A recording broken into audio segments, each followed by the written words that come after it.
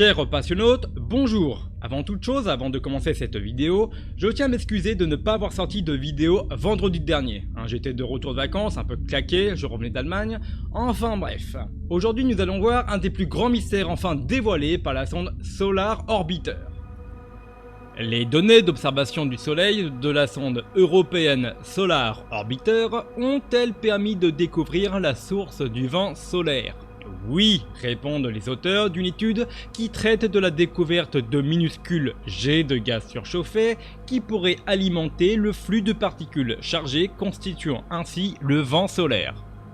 Dans l'espace, le vent solaire fait en quelque sorte la pluie et le beau temps. En effet, son intensité influe directement sur le champ magnétique qui entoure la Terre et peut provoquer de nombreux phénomènes perturbateurs pour l'activité humaine en orbite et les satellites par exemple.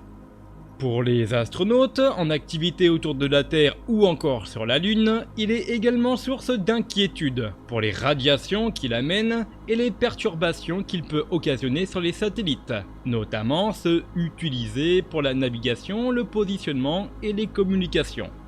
Étonnamment, son origine est mal comprise, de sorte que les scientifiques ont plus d'hypothèses que de certitudes. Ils savent qu'une fraction importante du vent solaire est associé à des structures appelées des trous coronaux. Il s'agit de régions où le champ magnétique du Soleil ne retombe pas vers le Soleil, mais s'étend profondément dans le système solaire.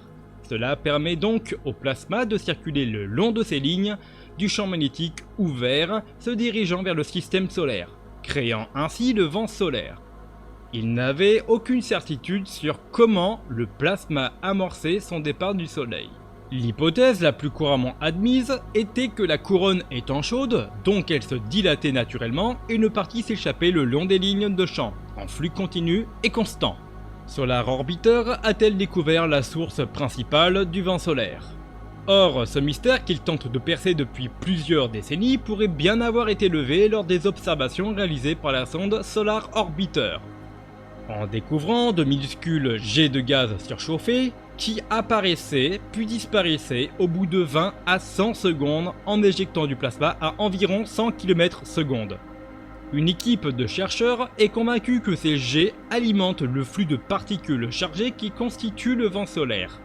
Cette équipe pense que ces particules expulsées ont la capacité d'être émises en quantité suffisante pour être la source d'énergie solaire tant recherchée et donc expliquer la source du vent solaire. Selon les auteurs de l'étude, il n'est pas exclu que des événements encore plus petits et plus fréquents expulsent la matière qui forme le vent solaire.